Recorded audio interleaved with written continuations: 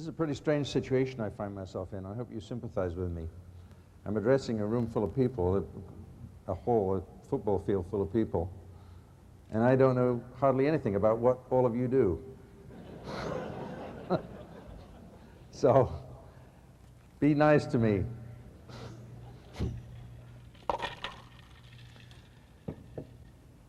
My association with you, if I can call it that, began, must have been 2 or 3 years ago. Somebody called me, a computer scientist called me and said that there were a group of people here in Silicon Valley that would pay $3,000 to have dinner with me. I thought, what the hell is this?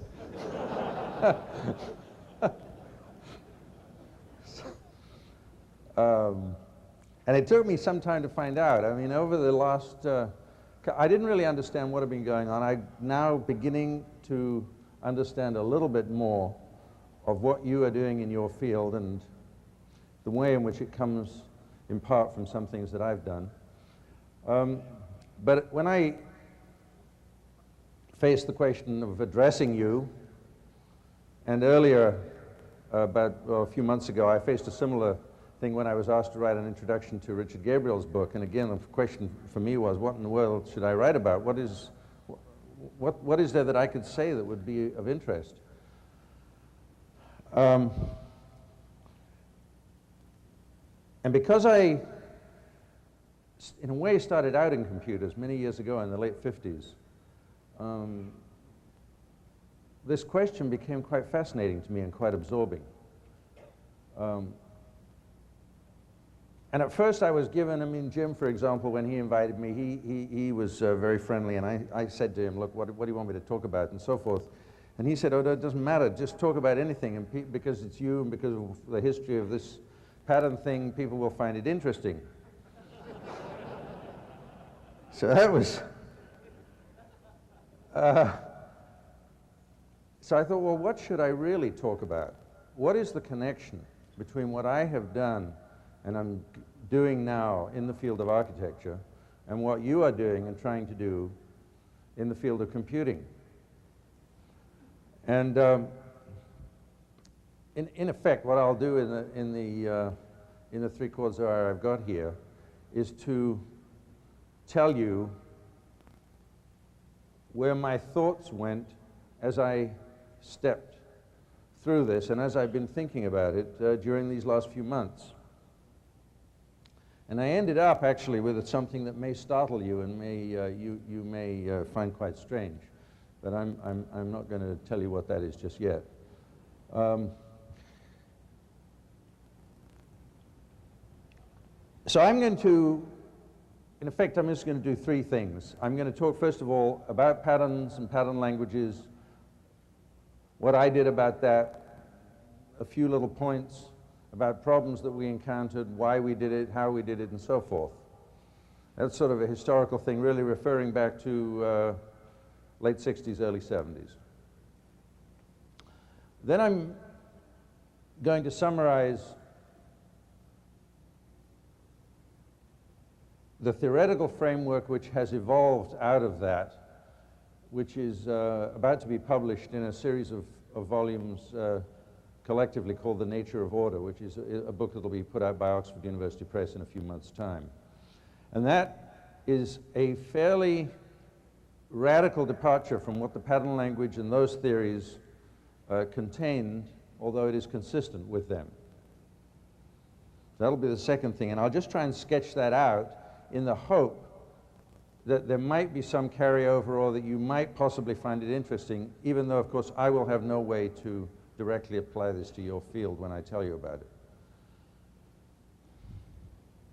And that's all roughly where I'd got to as in spring of this year, those 2 steps in thinking about this. And then when I wrote the introduction for Richard Gabriel's book, that was really as far as I'd got. If I say what I'm doing, maybe some of you folks might find it interesting or be able to extrapolate. I couldn't really find that satisfying. And I felt that there is some more significant connection between your field and mine, or perhaps that there is, And the third thing I'll talk about is how I now perceive that connection.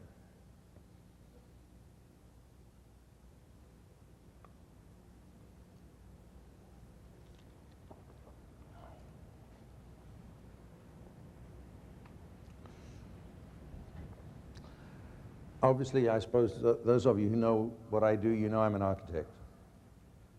And all of my life,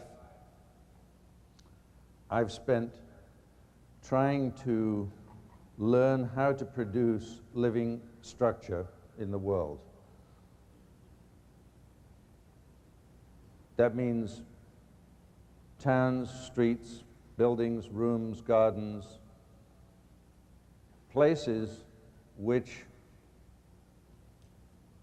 are themselves living or alive.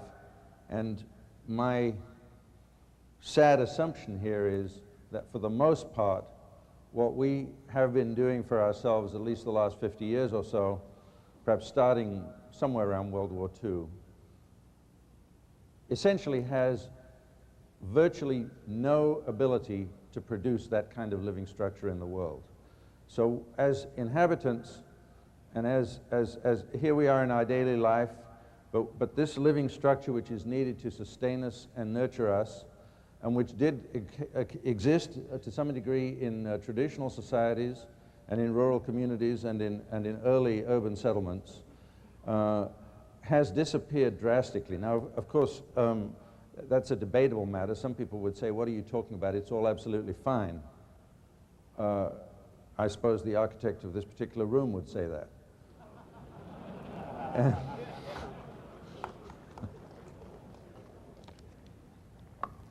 But actually, it isn't fine. It's a hell of a problem. It's a serious problem. It affects every man, woman, and child on Earth. And we are so ignorant about how to do this. It's lamentable, and it's very, very serious, because of course we're building, because the population of the Earth is growing, and the way economic development works, actually already most of the habitable environment is something that has been built in these last 50 years. So the fact that we don't really know what we're doing, and the fact that it is not nurturing, is a very, very drastic matter for all of us. So anyway, that's my concern. That's what I try to deal with. And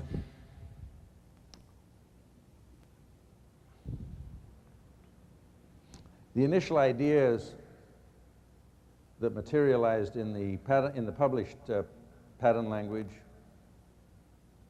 was, first of all, of course, just to try and get a handle on some of the physical structures that might make the environment nurturing.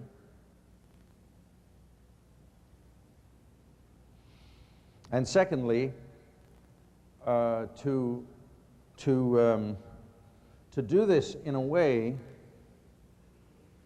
that would allow this to happen on a really large scale. And what I mean by that is, you know, architects build a very, very small part of the world. Most of the physical world is built, well, it's just built by all kinds of people. It's built by developers. It's built by do-it-yourselfers in Latin America. It's built by hotel chains, railroad companies, you know, et cetera, et cetera. How could one possibly get a hold of the massive amount of construction that is taking place on Earth and somehow let it be generated in a good fashion and in a living fashion? And this is not merely because of the scale problem, but also one of the characteristics of any good environment is that every part of it is extremely highly adapted to its particularities. In traditional society, where people by and large, for example, either built or laid out their own houses, their own streets and so on, the adaptation was natural. It occurred because it was in the hands of the people who were directly using it. So with the help of the kind of pattern language which existed in traditional society, they were able then to generate a complete living structure, because this local adaptation that had to happen here and here and here and here could happen because they all shared these languages. Now, in our time, actually the production of the environment has largely gone out of the hands of people at large in society. And so one of the efforts of the pattern language was not merely to try and identify structural features which would make the environment positive or nurturing, but also to do it in a fashion which could be in everybody's hands, so that the whole thing would effectively then generate itself going forward.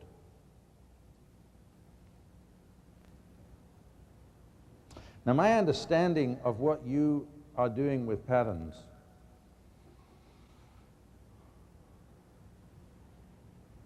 and here, I mean, my comments, take them with a grain of salt, because I'm ignorant.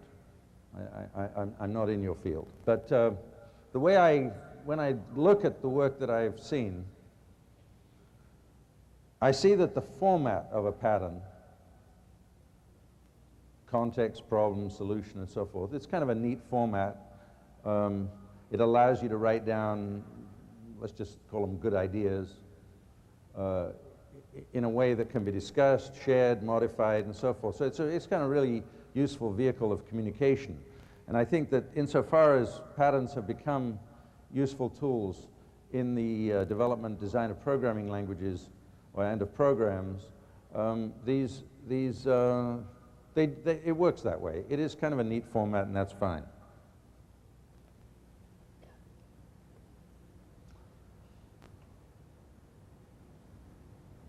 Now, the pattern language that we began did have other features, and I don't know whether those have translated over into your discipline.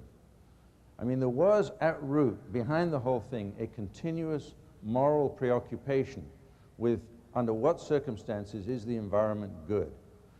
And of course, in our field, that means something. I mean, it means something important, vital. And there are certainly plenty of people who will debate whether it's an objective question. I mean, some people are still going around saying it's all a matter of opinion.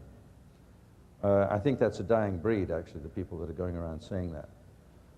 But in any case, I don't know whether that sort of moral component exists in the way in which you've done things. I understand that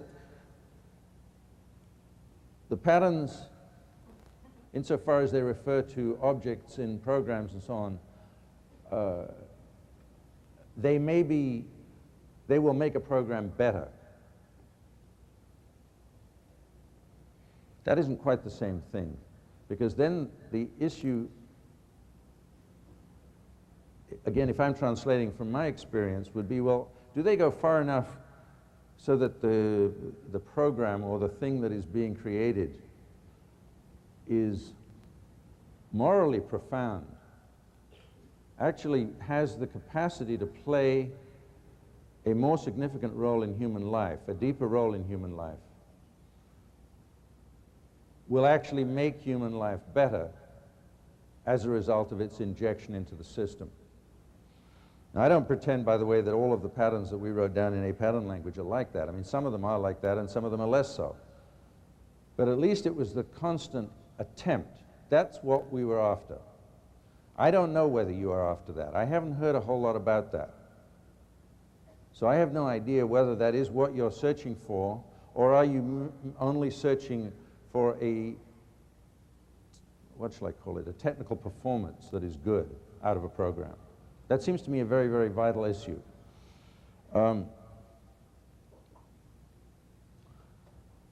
People have said to me, well, how did you, meaning me and my colleagues, how did you create that pattern language that's in the book or other pattern languages? What kind of a process was involved? And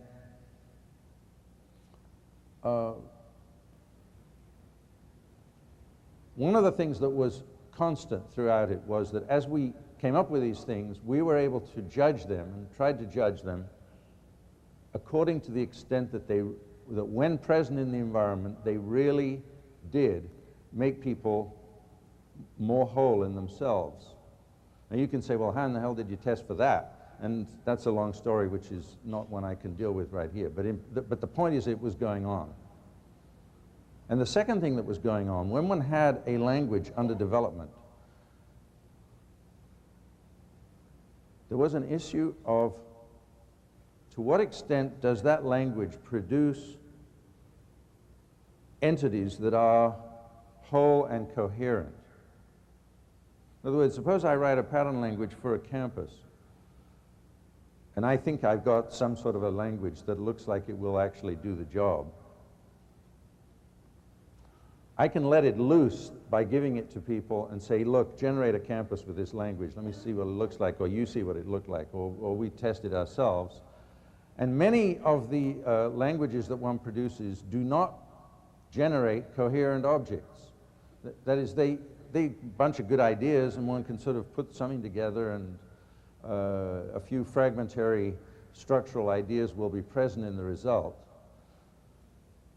But we were always looking for that. We were always looking for the extent to which, as a whole, a pattern language would produce a coherent entity. And again, of course, one has, to some extent, criteria problems. How do you tell whether it's coherent, and so on and so forth? Again, a bit too long to go into, but the point is, that is what we were looking for all the time. And again, I have no idea to what extent that is true for you and whether you do that. So far, as a layman trying to read some of the works that have been published by you in this field, it looks to me more as though mainly the thing is kind of a neat format that is a good way of exchanging ideas about programming. And that part is working very well. But these other two dimensions, the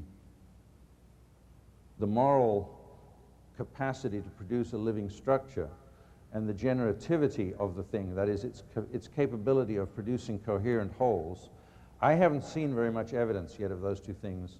But again, that could be just because I don't know how to read the literature.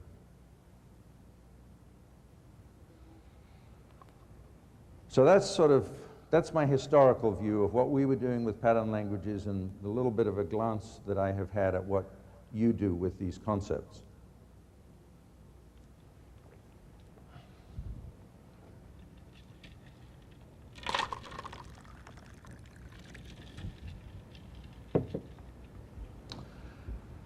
How am I doing for time generally? What am I? Yeah, about 45 minutes left. Good, good, good. Plenty of time.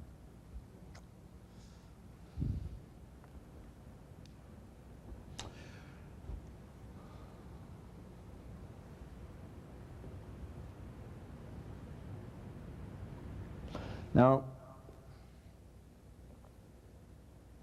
I began to notice, I guess in the late 70s,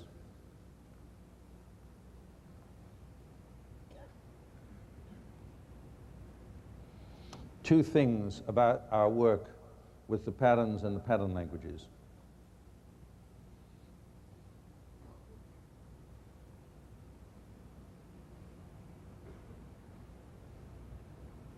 Especially under the circumstances that I was interested in, which was where others were using these patterns to generate buildings.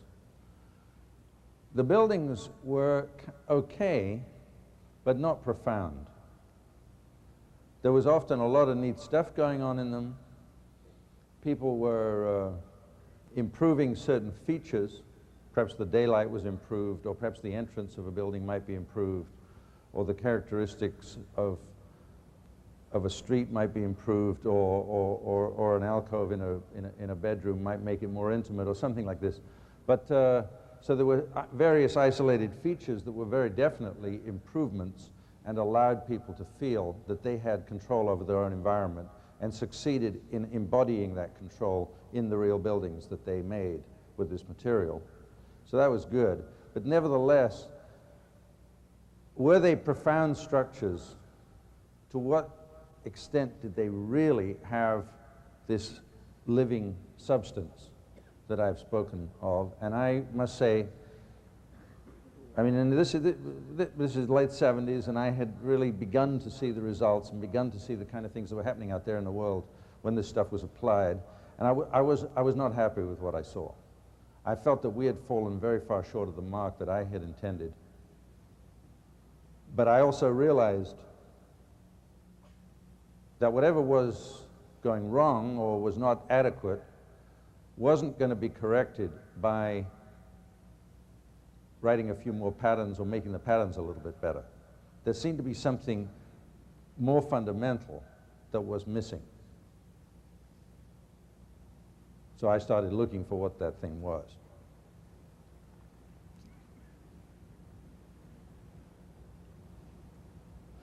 The other thing that happened around that same time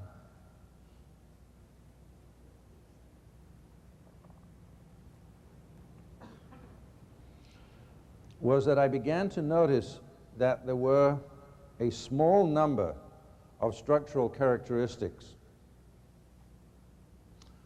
that appeared to exist recursively in space and that were sort of the more fundamental stuff that the patterns were made of.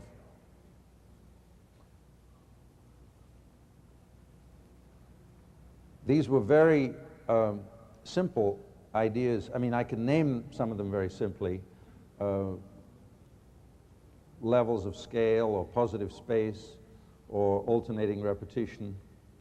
One or two are a little bit mysterious, one called the void, so forth. Anyways, 15 of these things, but that I began to notice that the particulars that were being gathered together in various particular individual patterns seemed really to come always from these 15 or so deep properties that kept occurring again and again and again. Now, the other thing that was happening around this time, this is the late 70s, early 80s, is that my colleagues and I began toughening up our ability to discriminate between more living structure and less living structure. That is, at the time of doing the pattern language, we'd really been rather intuitive about that and not very rigorous, and we were just trying to do a good job in some intuitive sense. But at this point, we felt it was pretty important to try to get a fix on, well, what is the difference between a chair which has a more living structure and a chair that has a less living structure, or the same for a doorknob, or the same for a main street in a town, or large structures and small, in other words. But the question is, if you want to say this one has life, this one has less life, can you say that with any degree of accuracy? Can it in fact be made a relatively objective matter, which people will agree about if they perform the same experiments?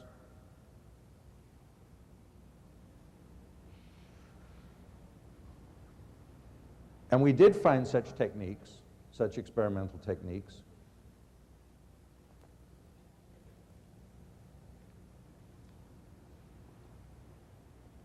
And the use of them greatly sharpened our ability to distinguish, well, okay, so what was really going on and which structures then correlated with the presence of life in an object or in a bit of the environment.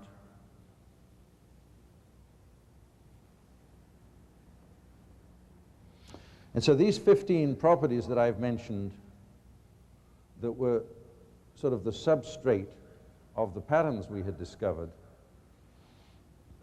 began showing up more and more clearly as the main correlates of this living structure in places, buildings, things, outdoor space, and so forth.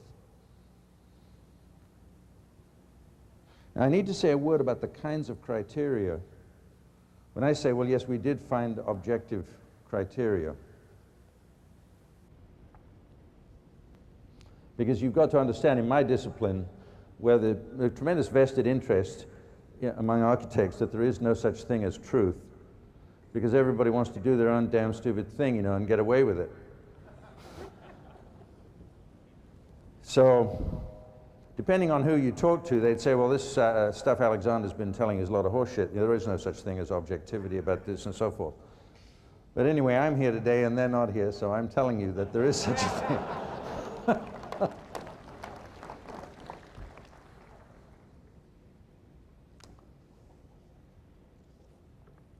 Now, the nature of these experiments is very peculiar in a way.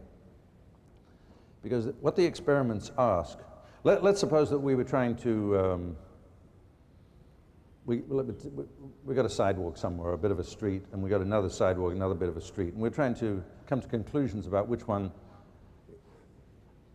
is a more living structure.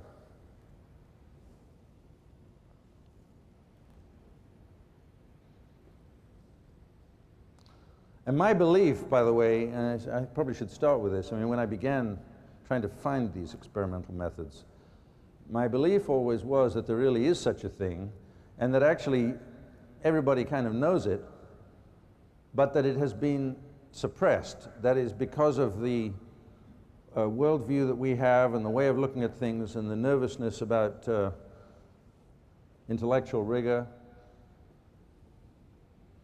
that in a way people, though they have these judgments within them, somehow are separated from their ability to make these judgments correctly.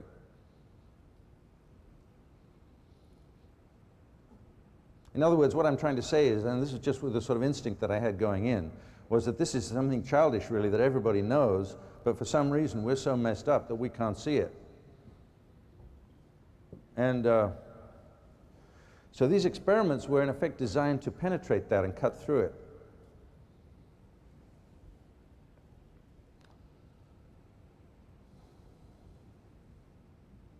The essence of these experiments is that you take the two things that you're trying to compare and ask, for instance, is my wholeness increasing in the presence of this object or in the presence of this one, and is it more or less? And you might say, well, strange question. I mean, what if the answer is don't know or don't have any effect and so forth? Perfectly reasonable that that could happen. What turns out to happen is that if you say, well, yes, it's a difficult question, it kind of sounds a little bit nutty, but anyway, please humor me and answer the question. Then it turns out, first of all, that there is quite striking agreement. It's not 100%, but very strong. A strong agreement as one gets in a lot of scientific experiments of other kinds.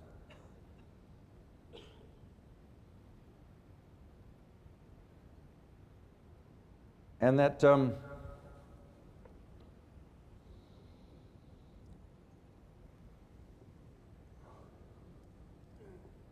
really strange part is that the things which are then measured by experiments of that sort are not, you see, it's sort of, all of these different experiments have to do with something like that. Do you feel more whole? Do you feel more alive in the presence of this thing? Do you feel that this one is more a picture of your own true self than this thing? You know, whatever. Always looking at two entities of some kind and comparing them as to which one has more life.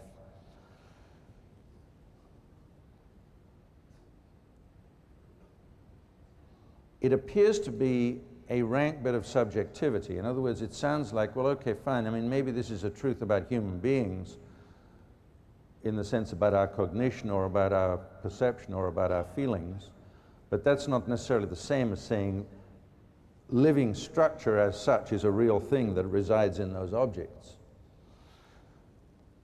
But anyway, to cut a long story short,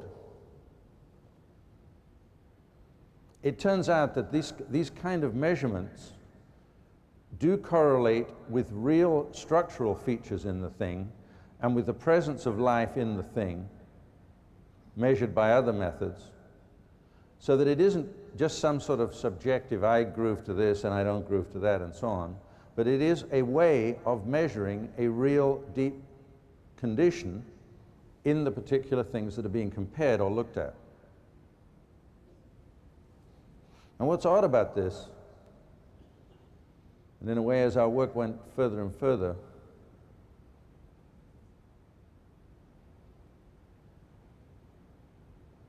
it kept bringing big practical matters, always back to the human person.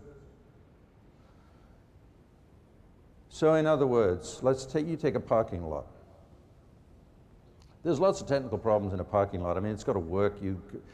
Cars have got to be able to move around. There's security problems. There's in and out problems. There's not very complicated ones. But I mean, anyway, it's essentially a technical thing. And the question is, okay, is it working well or not well? And yet, the functionality of the thing measured by various ordinary bits of technical discussion correlates with this condition of, do I feel myself to be more whole when I am in this parking lot, let's say, as compared with that one?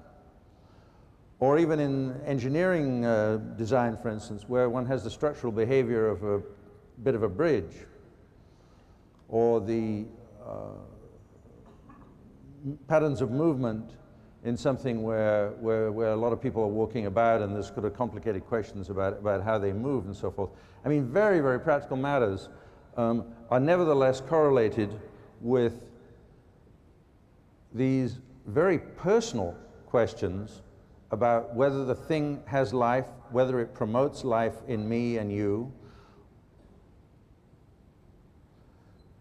So there began to be developing, in my views on this, a view of structure, which at the same time that it was objective and it was about structures that are out there in the actual thing, is somehow coming home more and more and more all the time into the person. Because the life that is actually in the thing is correlated in some peculiar fashion with the condition in ourselves when we are in the presence of that thing.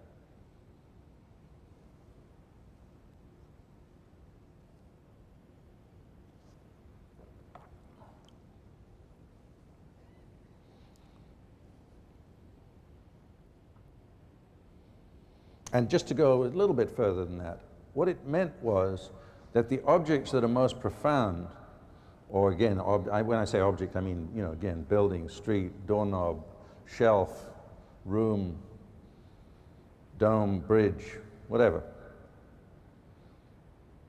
The objects that are the most profound,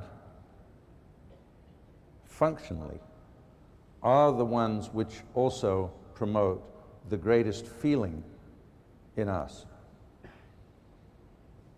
Now that's a very peculiar thing, because of course if you just hear that cold at first sight, it sounds like rank sentimentality, and you just say, well, it can't be true. Why should it be true? And yet it's a discovery which accords very well with the times, because we are living in a period where that is perhaps the most noticeable and most problematic feature of our world, is that feeling has been removed from it.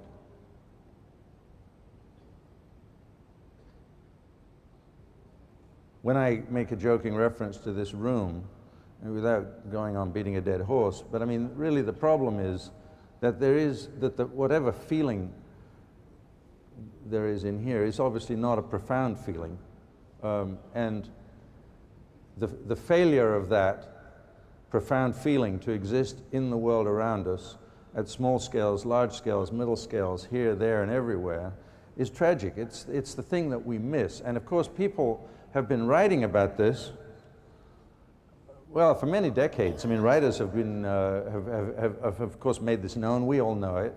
The difficulty is that people don't seem to know what to do about it. And if anything, at the moment, I'm talking now again about my own discipline, I mean that of architecture, but the problem is really getting worse. It's not getting better. The world that is being built is more unfeeling. We are, in a sense, more lost, more fragmented, more sort of wandering about in this lonely desert than before. So that if there is a way of looking at structures which both deals with real functional structure in the ordinary technical and practical sense, and simultaneously has its roots or its origin in this question of human feeling, that will be a very huge and positive step. It is a very peculiar intellectual development.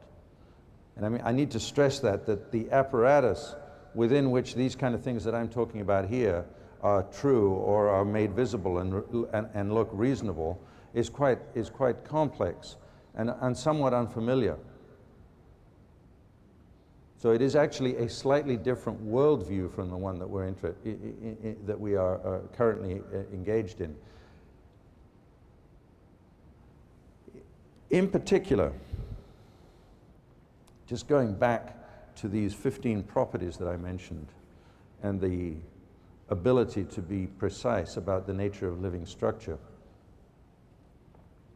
At the root of these 15 properties, there appears to be a recursive structure with only one type of entity.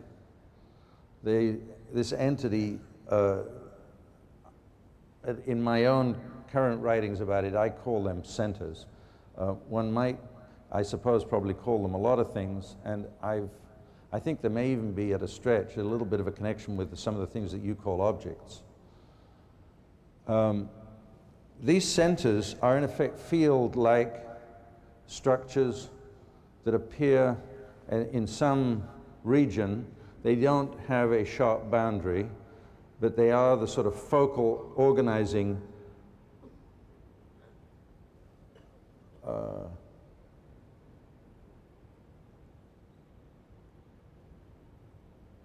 entities that one perceives. And within the view that I'm putting forward here and that I've gradually come to in this last decade and a half, everything is made of these kind of centers. The centers are more living or less living, and that's essentially the only important property that they have.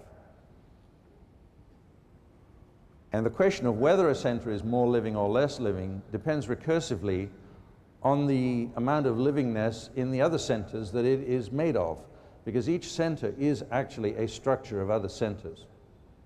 And since many of you are quite comfortable with mathematical thoughts, that's sort of recursion is fairly familiar in this field that you have.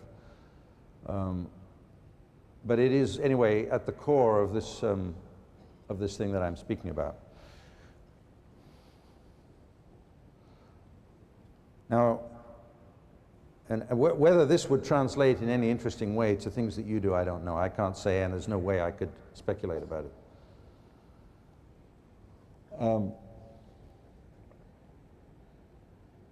What is true, I can tell you from my own experiences and that of my colleagues in these last years, is that when one has that view of things, it becomes enormously easier to produce living structure. So that it has immediate practical carryover. If you start understanding everything in terms of these living centers, and you recognize the recursion that makes a center living or less living, or more living, dependent on the other centers that it is made of and the other larger centers in which it is embedded, suddenly you begin to get a view of things which almost in and of itself starts leading you towards the production of the more living structure. It's a much more powerful and beautiful view than was embodied in the pattern languages, because when one has constructed this view, and then you say, well, now what is a pattern really? You look back at that sort of thing, and then it turns out that patterns are merely a few of the structural invariants that appear within these centers under very, very particular conditions. So they're certainly interesting and important, but they don't have the same depth or the same universal character as these other things that I'm speaking about now. And it's because they're only really fragmentary perceptions of this deeper structure that I'm describing that they are ultimately unsatisfactory, I think, and not capable of delivering the goods. Now,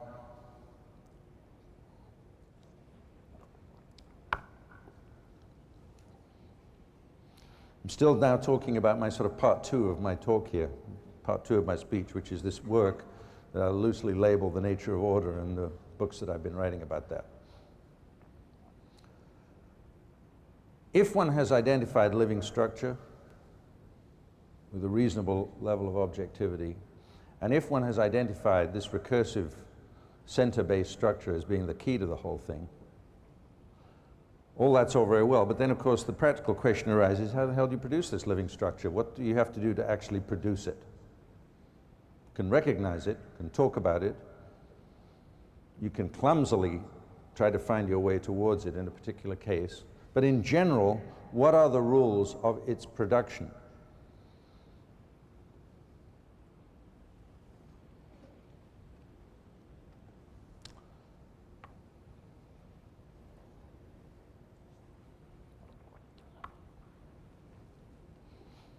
Now, the answer to this, I'm going to summarize extremely briefly, but it is fascinating and it's of great importance, and it will lead me on in a way to my part 3.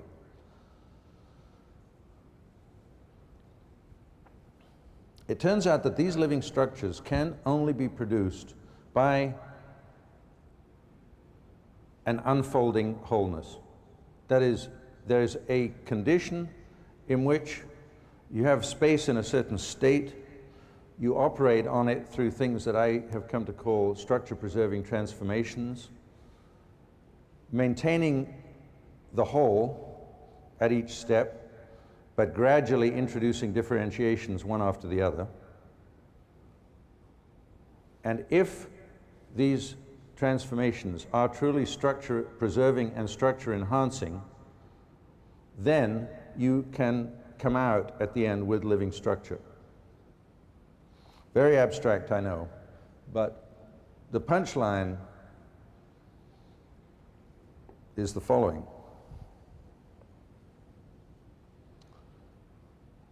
Number one, that is what happens mainly in the living structures we think of as nature.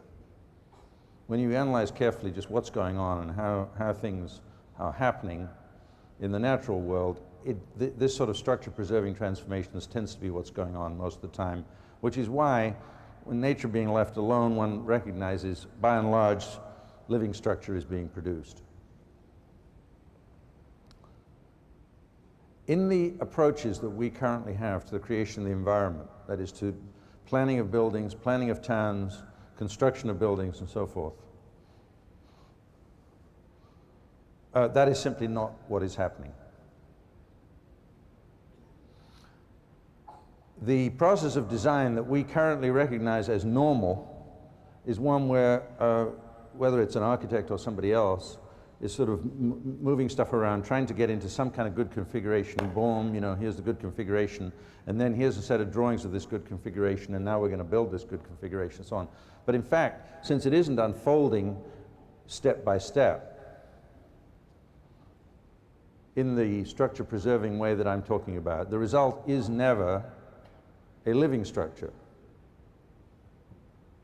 And it's not too difficult, in effect, to, well, I perhaps exaggerated a little bit, but I'll just call it anyway. You write theorems which say, under the kind of conditions which are current in the construction industry today, you cannot produce living structure. So the poor son of a bitch that did this thing was stuck with it. There was nothing he could do, or she, because it was part of the process by which this kind of entity is produced in today's society, that it cannot come out with a living structure at the end. Now that is a shattering discovery.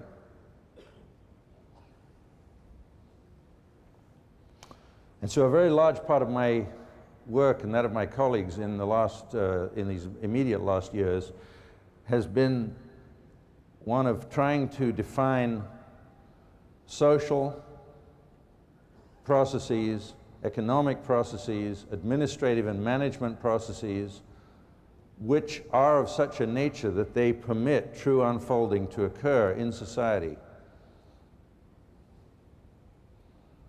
And then actually trying to make these things happen. I mean, this is what we do, what I do most of the time, is I'm trying to do real projects of one sort or another where I'm introducing this unfolding process and trying to make it work under the conditions available to us in 1996. The shifts involved are gigantic. That is, the shifts in thought, in practice, in administration of money, in contracts, all sorts of real nitty-gritty things that in a way one would much rather not mess with. You have to mess with, because it is those processes which are undermining the ability for this whole thing to be structure-preserving, unfolding. So this involves very, very big changes, changes that are not only very big but very difficult to implement. But, in my view, absolutely necessary.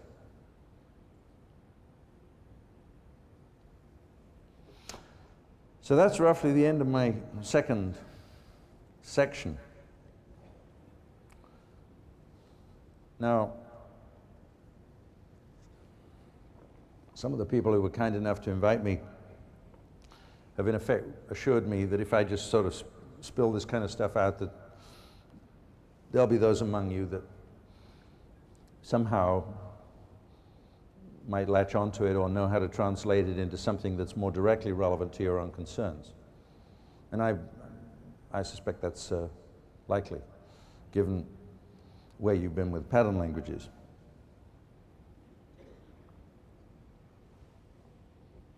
And in a way, when I came to the end of writing Richard Gabriel's foreword and struggling with that, this is about as far as I'd got. That is, okay, so here are some of the more recent things that we've been doing. This is what they're like. This is the nature of them. They may be relevant to you folks, conceivably. I can't tell. It's up to you to tell. So forth. Anyway, that's all sort of pretty thin, but that's about where I was somewhere in the spring of this year.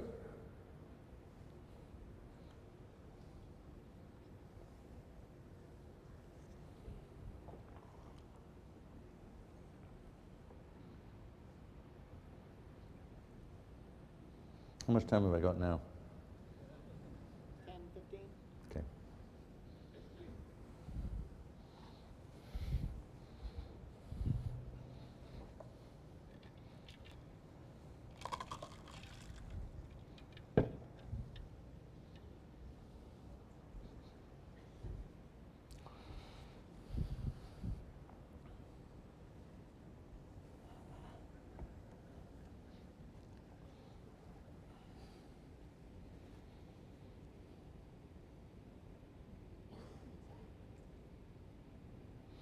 I started thinking about a couple of things that then led me to feel that there was a possible coincidence in what you are doing and what I'm doing, where they might merge.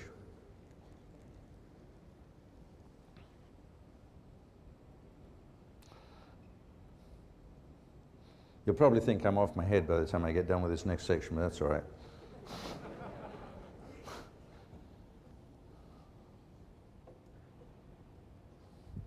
First of all, let me just explain where I am in my own life in regard to these problems. I've been telling you things that I think are important discoveries in some ways. As an architect, of course, like anybody concerned with those things, I have a passion to try and make these things happen. It's not enough just to say, well, living structure isn't being produced. I have to ask myself the question, I do ask myself the question all the time, okay, well, what are we going to do about it? Here we've got this poor Earth sinking under the weight of all this dross, and what are we actually going to do? Now, you know, I do a $10 million project here, and I do a $10 million project there, and you know, life is short. I mean, a few of those projects, and what is it? I mean, it's an atom in the proverbial bucket. It's nothing. All of the efforts of the architectural brethren, even if I could persuade them of the truth of these things, which is happening, but rather slowly,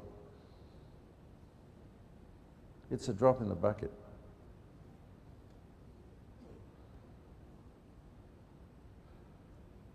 The total amount of built stuff on Earth is something on the order of about 10 to the 12th, 10 to the 13th square feet of construction. Manhattan is somewhere on the order of 10 to the 9th.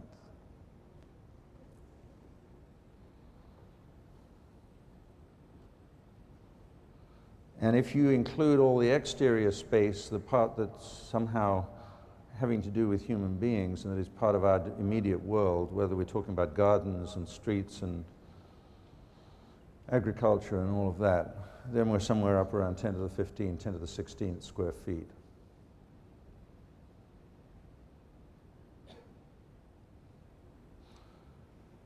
When I started out 25 years ago or 30 years ago, I really thought that I was going to influence that stuff fast. Especially when I got to the pattern language, I thought, boy, I've really done it. I mean, this is going to work. No problem. I've done nothing. Nothing. I mean, this is all nice talk, you know, and there's a few people who have learned a few things and been influenced. But I mean, meanwhile, we've got this gigantic amount of construction out there, which is the world that all of us live in, that is still going on in exactly the same fashion.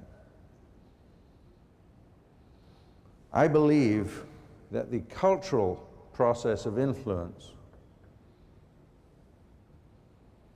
is simply too slow to be able to take care of this problem.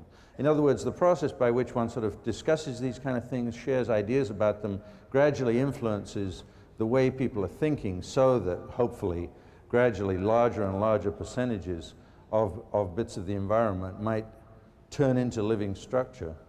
That is a very slow process, and I don't think it is fast enough to do the job.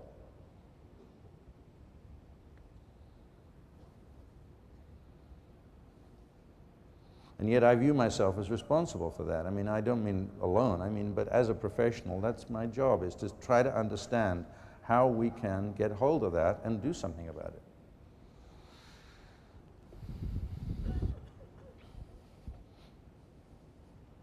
So I'm sitting there thinking to myself, right, I'm going to talk to people who are in a way the core of the computer revolution.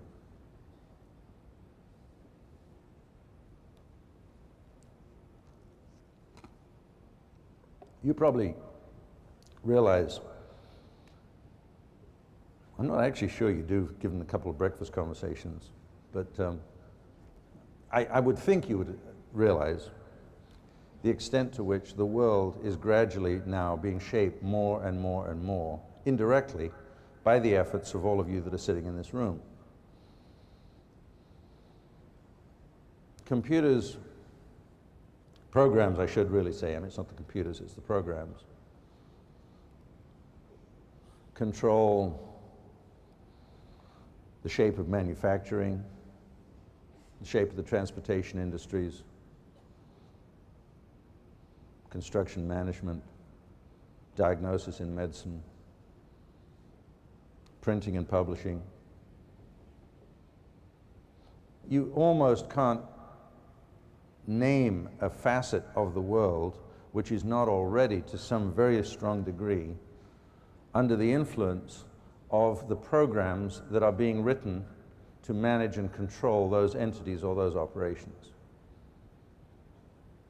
I know this is in its infancy. It's going to look a whole lot different, given, I mean, how long has this really been going on? Not more than about 10 or 15 years. Of course, the preparation for it goes back a lot further than that. But really, this is quite new.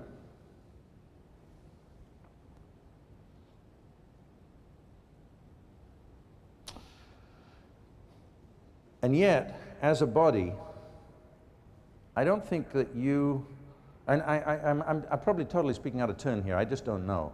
But it seems to me, at least, you know, I've thumbed through the proceedings of this conference, for instance, which Jim was kind enough to give me yesterday. I don't really see discussion about what are we supposed to be doing with all these programs. How are they supposed to help the Earth?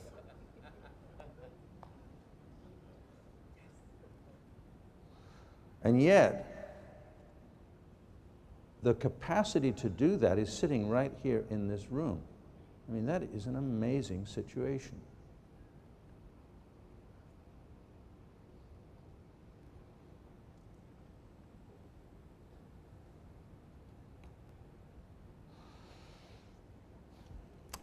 When I had the pleasure of beginning to meet some of the various folks who introduced themselves to me over the last year and a half from this community, I began to be fascinated by the number of them that were sort of closet architects. I mean, you know, this person is really interested in ecology and is an editor of an ecological magazine. Bill Joy is writing about workstations in the concrete physical sense that is familiar to me as an architect. Jim Copeland is dealing with social structures, that is, the actual social structures in organizations. I don't know a long enough list, but my hunch, my sort of sense of it is that an amazing number of you who got into this pattern game in the pursuit of your normal professional endeavors are also very profoundly interested in the real physical world, that is, in the world in which we inhabit. Now, it is conceivable that you collectively could change the very drastic situation that I described a minute ago. Let me just go back to the unfolding for a moment. I talked about these structure-preserving unfolding processes. Compared with the pattern language of mind that you've seen in the book that some of you have, in more recent times, my colleagues and I have written things that are much more like what you call code. They're generative processes which are more like sets of instructions that produce the things. They are actually sets of instructions which allow the unfolding to occur in space in just the way that I was talking about a minute ago, and therefore are capable of producing living structure. The published pattern language, by comparison, is rather static. You know, it consists of these objects which are interesting and which you somehow try to mush together. But it's possible to have processes or procedures which will actually generate living structure.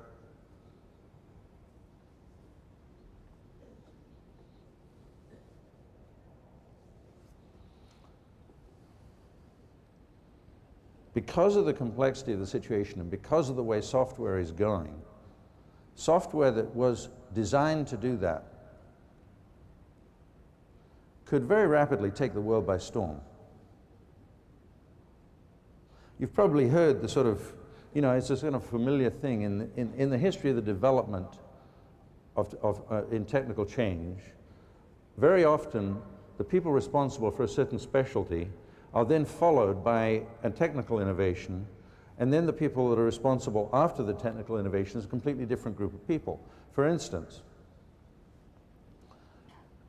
I mean, this is the old saw, you know, the people who built the buggies for the horse and buggy did not then turn into Henry Ford. Henry Ford and the people that were building automobiles came from left field and then took over, and the horse and buggy died off. It is conceivable to imagine a future in which this problem of generating the living structure in the world is something that you would explicitly recognize as part of your responsibility. Now, this is a kind of level of marriage between you and me that is of an entirely different sort from the one that I was invited to contemplate. I was effectively brought here to say, okay, what new things you've been doing, Chris, that might spin off and be useful to us, you know, in our neck of the woods. And my parts 1 and 2 were about that. But my part 3 is about something quite different. I want you to help me. I want you to realize that that problem of generating living structure is not being handled by architects or planners or developers or construction people now. There is no way that they're ever going to actually be able to do that because the methods they use are not capable of it.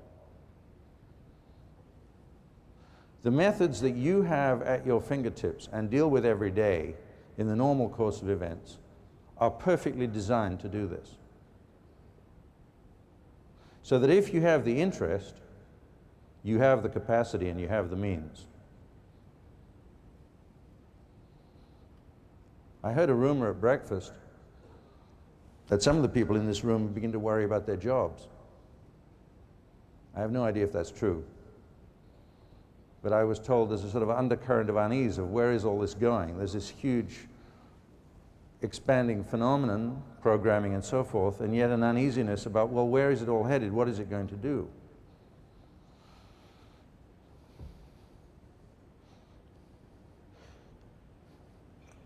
Please forgive me. I'm going to be very directly blunt for a horrible second.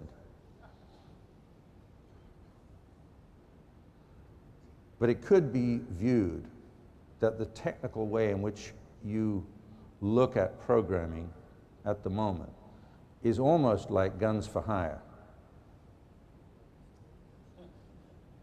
In other words, you're the technicians, you know how to make the programs work, tell us what to do, Daddy, and we'll do it. And what I'm proposing here is something a little bit different from that, which is a view of programming as the natural genetic infrastructure of a living world, which you are capable of creating, managing, making available, and which could then have the result that a living structure in our towns, houses, workplaces, cities, is an attainable thing, which it has not been for the last 50 to 100 years. That is an incredible vision of the future. I realize that you probably think I'm nuts, because this is not what I'm supposed to be talking about to you. And you may say, well, gosh, great idea, but we're not interested. But I do think you are capable of that. And I don't think anybody else is going to do this job.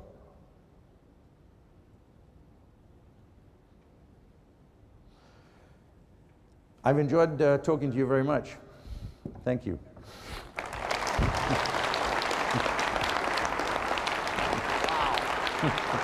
Wow.